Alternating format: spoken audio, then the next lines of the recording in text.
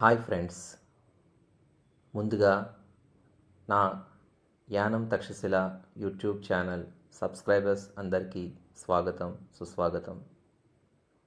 ఈ వీడియోలో మీ స్క్రీన్పై కనిపిస్తున్నటువంటి ఈ రెండు సర్కిల్స్ని ఎలా డ్రా చేయాలి, అలాగే వాటికి సంబంధించి సెంటర్ అలాగే రేడియస్ ఎలా కనుక్కోవాలి, అలాగే ఆ రెండు సర్కిల్స్ ఎలా టచ్ చేస్తున్నాయి ఎక్స్టర్నల్లీగా ఇంటర్నల్లీగా అన్నది మనం ఈ వీడియోలో సాల్వ్ చేయబోతున్నాను. సో దీనికి సంబంధించి మనం ముందుగా జియోజీబ్రా క్లాసిక్ 5ని సిస్టంలోకి డౌన్లోడ్ చేసుకొని ఇన్స్టాల్ చేసుకోవాలి. అప్పుడు మనకి ఇలా డెస్క్టాప్ మీద ఈ జియోజీబ్రా అన్న ఐకాన్ వస్తుంది. దాన్ని మనం డబుల్ క్లిక్ చేయడం ద్వారా ఓపెన్ అవుతుంది. ఓపెన్ అయిన తర్వాత దాన్ని మ్యాక్సిమైజ్ చేసుకొని ఇక్కడ లెఫ్ట్ సైడ్ మీకు కనిపిస్తున్నది ఆల్జీబ్రిక్ వ్యూ, రైట్ సైడ్ కనిపిస్తున్నది గ్రాఫిక్స్ వ్యూ.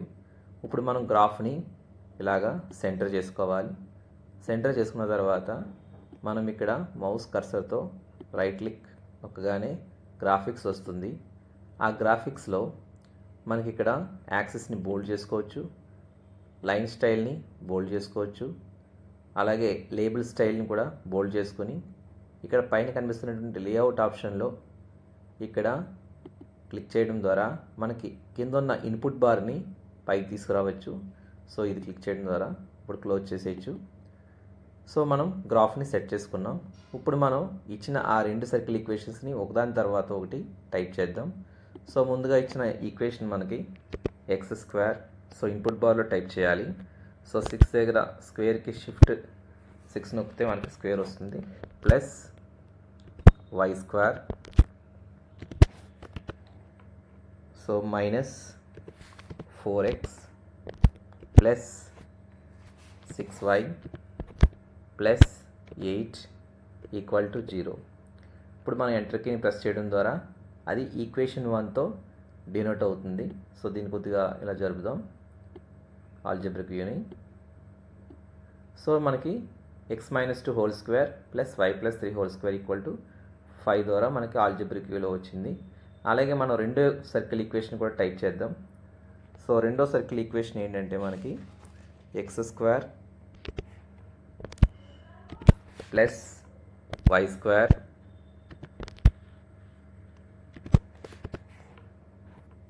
మైనస్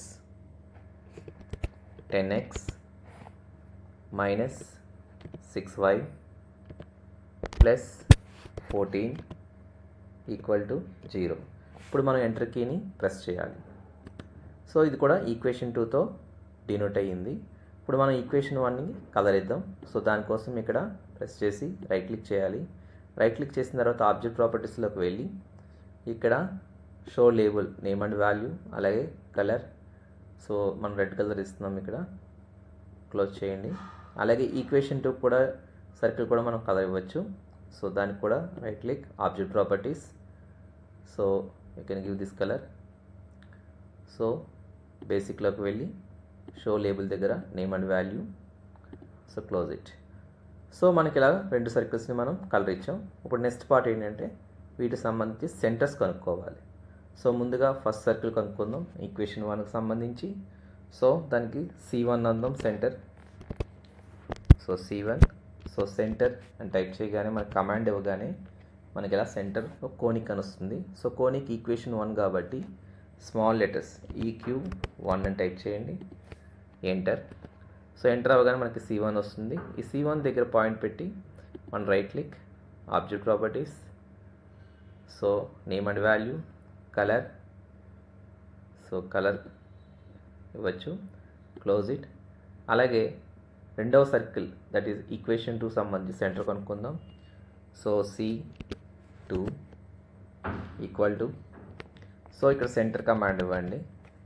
అలాగే కోనిక్ అని వస్తుంది. ఆ కోనిక్ ప్లేస్లో ఈక్వేషన్ 2 ఎంటర్ చేయండి. సో C2 వస్తుంది. సో C2 దగ్గర కర్సర్ పెట్టి right click object properties. So will give this colour. So అలాగే బేసిక్ దగ్గర name and value. So close this. So మనకి ఇలా C1 C2 వచ్చింది. ఇప్పుడు మనం రేడియస్ కనుక్కుందాం తర్వాత పార్ట్లో. సో దానికి capital R1 equal to radius. So radius of conic again equation 1 enter. So మనకి R1 వస్తుంది. తర్వాత సెకండ్ సర్కిల్ కూడా రేడియస్ కనుక్కుందాం. So R2 equal to radius command ఇవ్వండి. సో కోనిక్ ప్లేస్లో ఈక్వేషన్ 2 ఎంటర్. సో మనకి R1 వచ్చింది, R2 వచ్చింది. సో ఇప్పుడు ఈ రెండు వెరిఫై చేద్దాం మాన్యువల్గా. సో దానికోసం మనం ఇక్కడ పాయింట్ ఉంది కదా, పాయింట్ టూల్ బార్, ఈ టూల్ బార్లో పైన ఉన్నదంతా టూల్ బార్. సో ఈ పాయింట్ టూల్ బార్లో మనం ఇక్కడ అది క్లిక్ చేయగానే పాయింట్ ఆన్ ఆబ్జెక్ట్ టూల్ ఉపయోగించి సో ఈ సర్కిల్ మీద ఒక పాయింట్ ప్లాట్ చేద్దాం. ఫస్ట్ సర్కిల్ మీద సో అది ఏ వస్తుంది, అలాగే సెకండ్ సర్కిల్ మీద కూడా ఒక పాయింట్ ప్లాట్ చేయండి. సో బి కింద వస్తుంది అనమాట. సో ఇప్పుడు మనం దీన్ని డిజేబుల్ చేద్దాం. ఇప్పుడు మనం ఈ పాయింట్ నుంచి సెంటర్కి ఒక లైన్ డ్రా చేద్దాం. దానికి లైన్ టూల్లోకి వెళ్ళి సిగ్మెంట్ టూల్ ఉపయోగించాలి. సో సిగ్మెంట్ టూల్ క్లిక్ చేసి ఇక్కడ ఏ పాయింట్ని అలాగే C1ని క్లిక్ చేయండి. సో ఈ ఎఫ్ని మనం ఎఫ్ ఈక్వల్ 2.24 అని వచ్చింది. సో దీన్ని మనం రీనేమ్ చేద్దాం స్మాల్ r1 అని.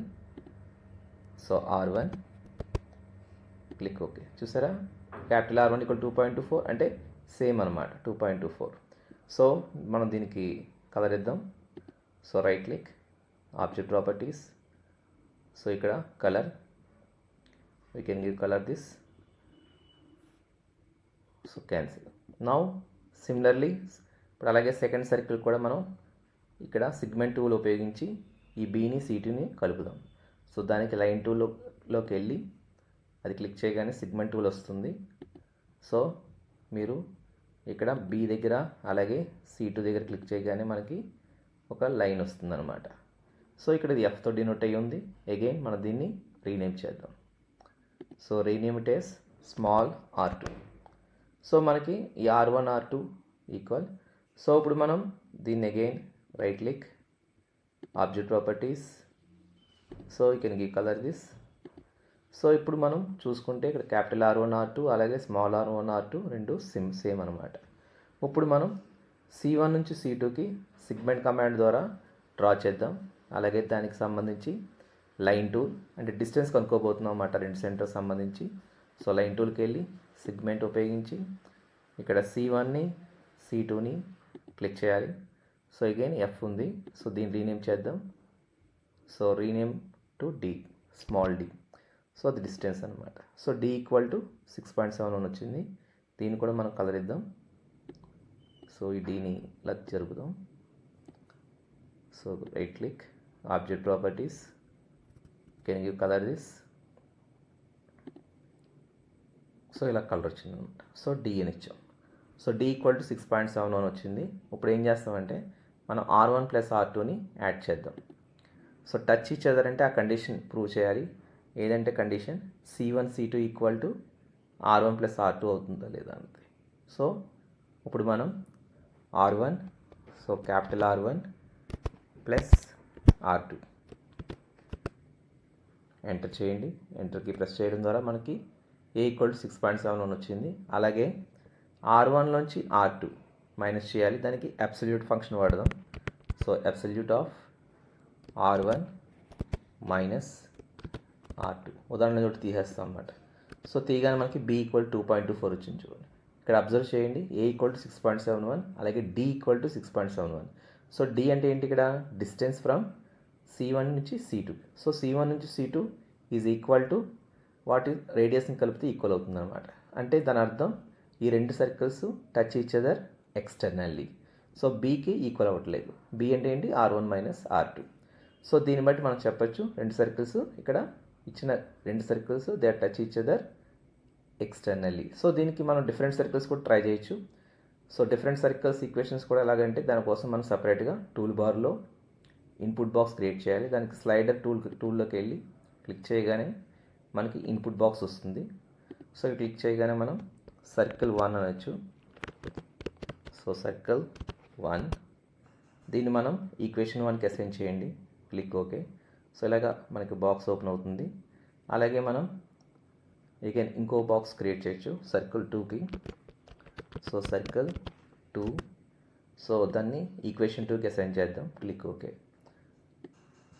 సో ఇక్కడ మనం ఈక్వేషన్స్ ఏ సర్కిల్ అయినా మనం మార్చుకుంటే మనకు తెలుస్తుంది అవి టచ్ ఈచ్ అదర్ ఎక్స్టర్నలియా ఆర్ ఇంటర్నలియా.